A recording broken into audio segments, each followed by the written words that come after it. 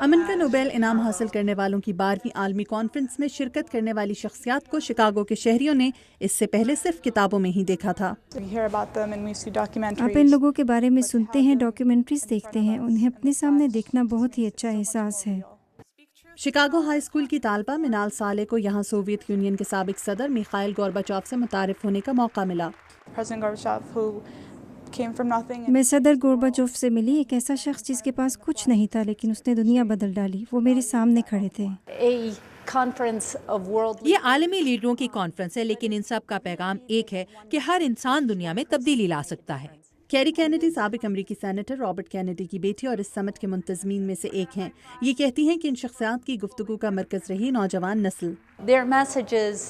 ان کا پیغام ہے کہ ہم آپ سے مختلف نہیں، ہم تبدیلی لا سکتے ہیں، لیکن یہ صرف نئی نسل کے لیے ہی نہیں بلکہ ان شخصیات کے لیے بھی امید کا پیغام ہے جو دنیا میں مثبت تبدیلی کے لیے نوجوانوں کی طرف دیکھ رہے ہیں۔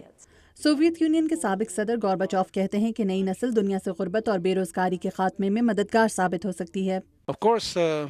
یقیناً نوجوانوں کے کچھ مسائل ایسے ہیں جن کی ہمیں فکر ہے، لیکن ہمیں ان نوجوانوں کو یہ دنیا بہتر بنانے کا ایک موقع دینا ہوگا۔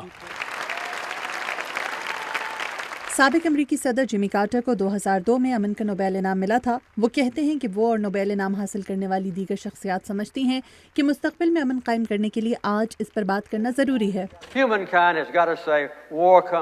انسانیت کو کہنا پڑے گا کہ ہمیں جنگ کی نہیں، امن کی ضرورت ہے۔ جنوبی افریقہ کے سابق صدر FW کلرک جیمی کارٹر سے متفق ہیں اور امن کا نوبیل حاصل کرنے والے سابق امریکی صدر تھیوڈور روزویلٹ کی مثال دیتے ہیں۔ صدر روزویلٹ کہتے تھے کہ بوقت ضرورت کبھی سختی اور کبھی نرمی سے بات کرنی چاہیے۔ کیا ہم نے سختی کر کے دیکھ نہیں لیا؟ اب نرمی سے بات کرنے کا وقت ہے۔